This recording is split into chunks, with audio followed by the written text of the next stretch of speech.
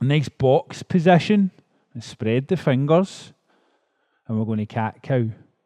So, we hollow down, keeping the arms nice and straight. It's a common fault we see quite a bit. It's people with bent elbows. Keep the arms nice and straight, and it's hollow down. Arch down, hollow down, hollow down. Now at this point we just raise the head as well. Good. And then we suck the belly button in and we pull the bum cheeks together and we arch up. I like to push my hands down through the mat as well, spread my fingers. We arch up, tucking the chin down and looking down towards the centre of your knees. Hollow down. Head up. So I take the right hand and I turn it anti-clockwise, spread my fingers, and then I spread my hand along the mat. I take my left hand and I take it anti-clockwise and I do the same. Now, this will be dependent on your level of mobility. If you've not done this exercise before, then I would start practicing it first before you bring it into your cool down. This is the way I cool down. So this is my sequence, and it's the one that we teach our students. So we're here and we arch back. There's different levels. You might be sitting back here and you might be here and have to work it side to side. Or if you're a bit more advanced, you can do it from the box position. Just allow the body to peel back, turning your elbows in, rotating the elbows in and allowing the lower half of the arms and the hands to stretch off. Okay, we're going to stretch the neck now. This is pain-free movement, allowing the body to move through its natural range of motion. And we let the chin come down and sink down into just above the clavicle, and then we raise the chin up towards the ceiling. At all times we've got the shoulder blades pulled down and back. And it's a nice fluent movement. And be gentle with the neck, gradually increasing your range of motion as you continue to rep it out. We're going to work this exercise here for 60 seconds. Now we're going to look side to side, as if we're saying no. And as we look to one side, we pull the opposite shoulder down. Again, we're keeping the shoulders pulled back and down throughout this. And the goal is to increase the range of motion gently and improve your range of movement. Now we're just going to tilt the ear up towards the ceiling, the head to turn to the side, under control and safely, and just releasing the jaw. Let your teeth come apart, making some space between your lips at the end range. That does intensify the stretch a wee bit and the feeling of it. And you should feel this running all the way down the back of your ear, down the side of your neck and across into your shoulder. And now we're going to go side to side. It's the same movement, but rather than focusing in one direction, we're going to rotate side to side, allowing the chin to roll down the shoulders across the chest and back up to the other side.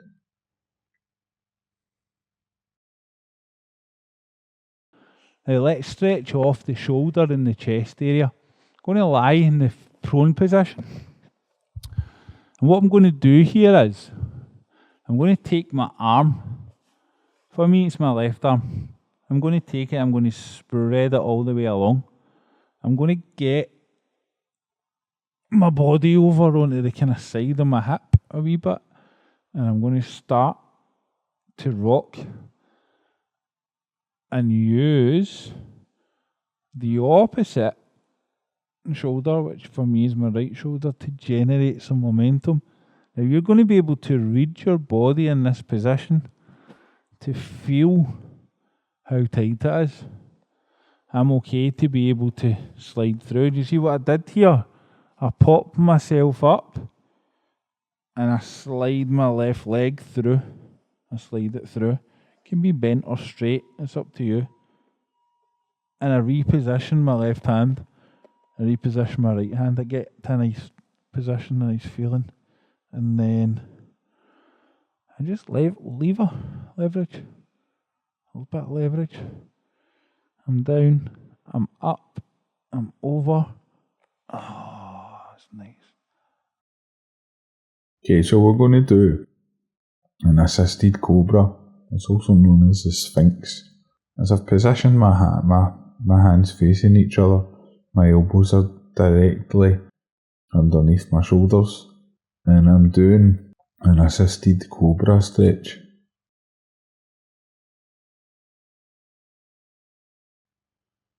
As I pull my shoulders back and up, I'm driving my hip deep down into the mat, pushing my hip, and I'm feeling this stretch deep inside my hip across my lower back. A nice deep stretch in the hip or the lower back. So we're going to do a cobra. Toes pointing back, legs nice and straight, pushing the groin and hips deep down into the mat. I've got the arms locked out, the shoulders are back, and I've got a nice stretch across my back. Some of you may have to have your hips up off the mat, that's fine. And this is the position that you're aiming to get towards. It's a lovely stretch for your lower back. And it's the hips in general.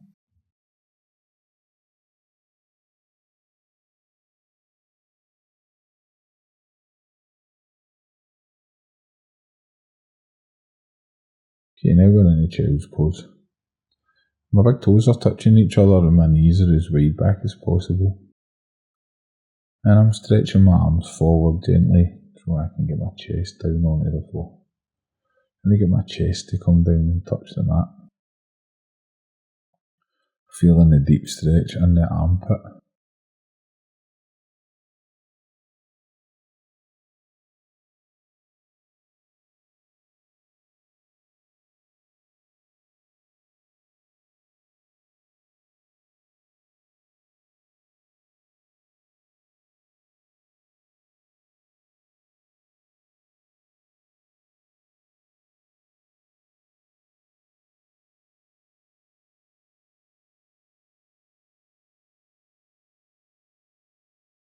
Today we're going to look at an exercise called the seated figure 4 stretch.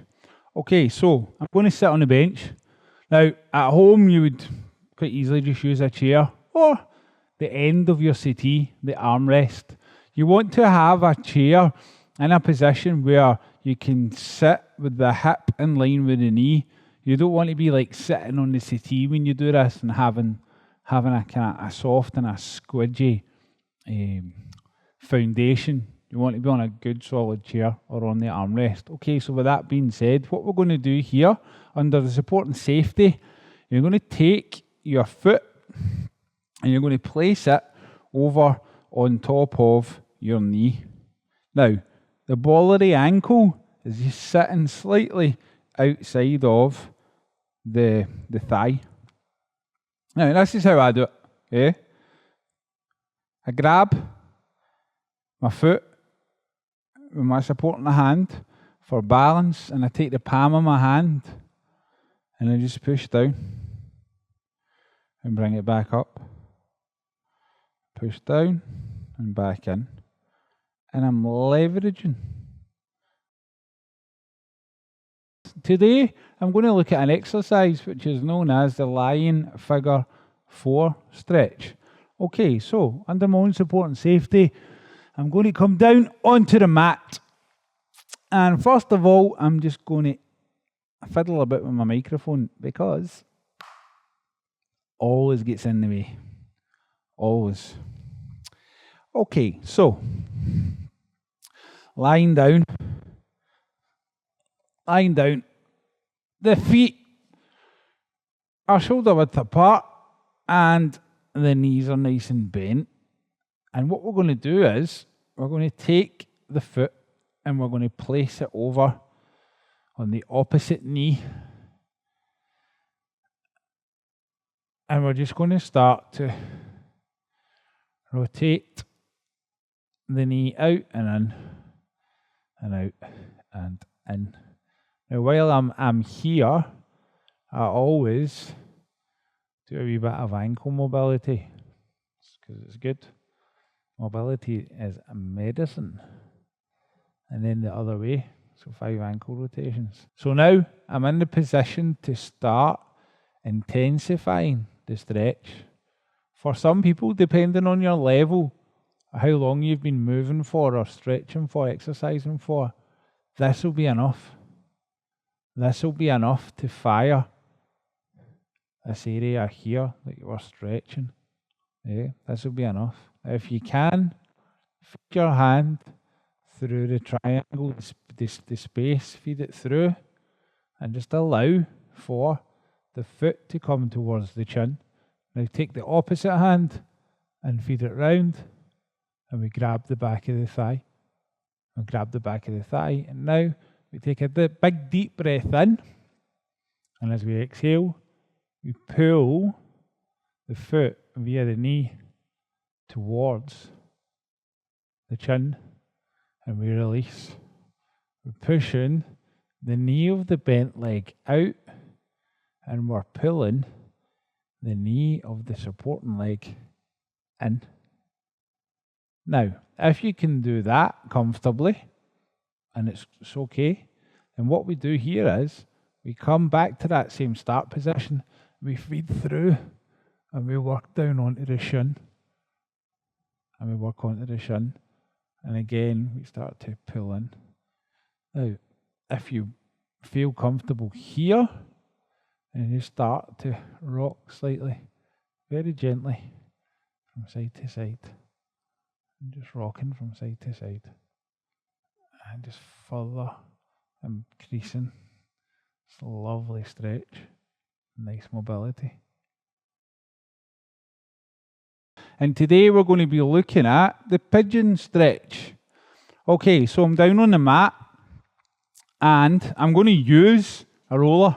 Now you could use a cushion, a pillow, you could use a yoga block if you need to. And I'm going to show some different adaptations or progressions for this exercise and ways for you to be able to improve it. Okay, so I come in here. Now, generally this is what we'll see. If I make a clock face here, this is 12, 3, 6 and 9.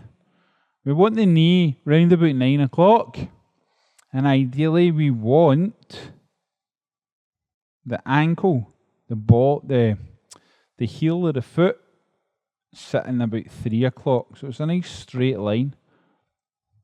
And what we're going to do is we're going to come over. And I like to lock in here. I like to lock my foot in, my elbow, making sure they're in position.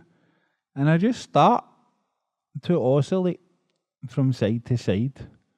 I just imagine my hips are like a typewriter, going from side to side, and I start to work it in. And then I start to work my hip. So my hip comes across, and then I start to work it down. I'm taking the hip towards the heel of the foot that's underneath my body. And then when I'm warmed up and I'm feeling comfortable, I'll start to improve my range. How can we, if we have the right mobility, improve this part? Well, all we need to do is elevate the leg.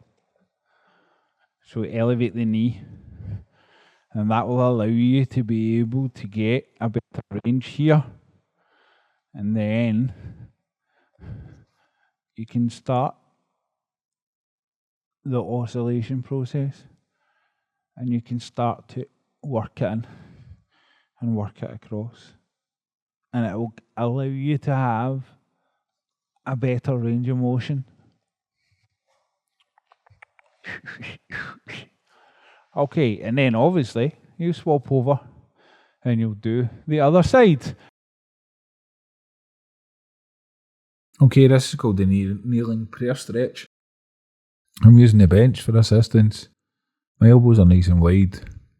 I've got my base and my knees, and my hands are in this kind of prayer position, sinking back. I've dropped my shoulders down, and I'm allowing my body, my upper body, my shoulders to sink as low towards the floor as possible.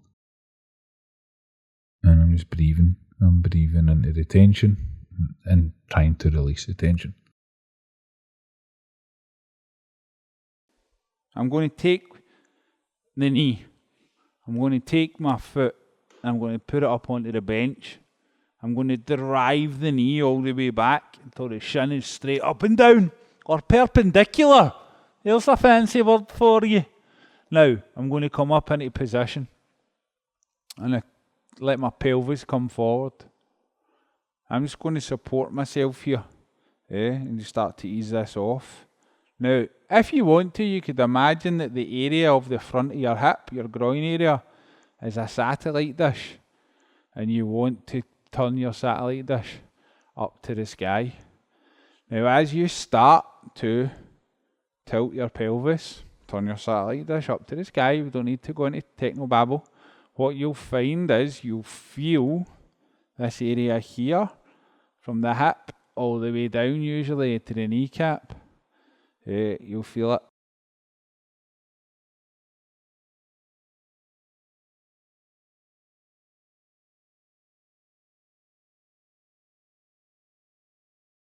Okay, this is called a turtle rotation. My footprint's as small as possible. Now what I mean by that is I'm nice and tight, my knees are tight together, my elbows tucked in against my knee.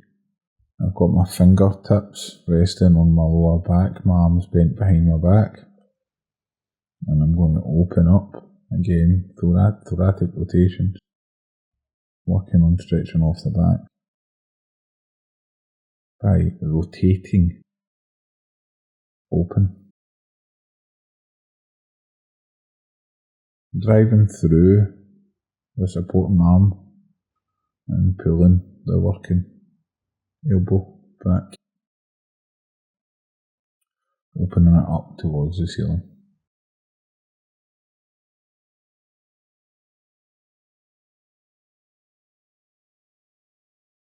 Okay, so I'm using a rig.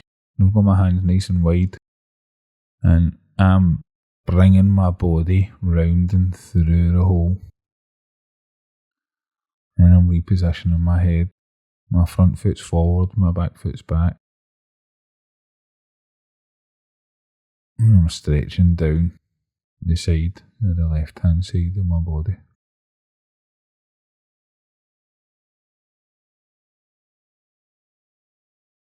Okay, so squat to stand. Adaptations. I've started to use a bench. What I do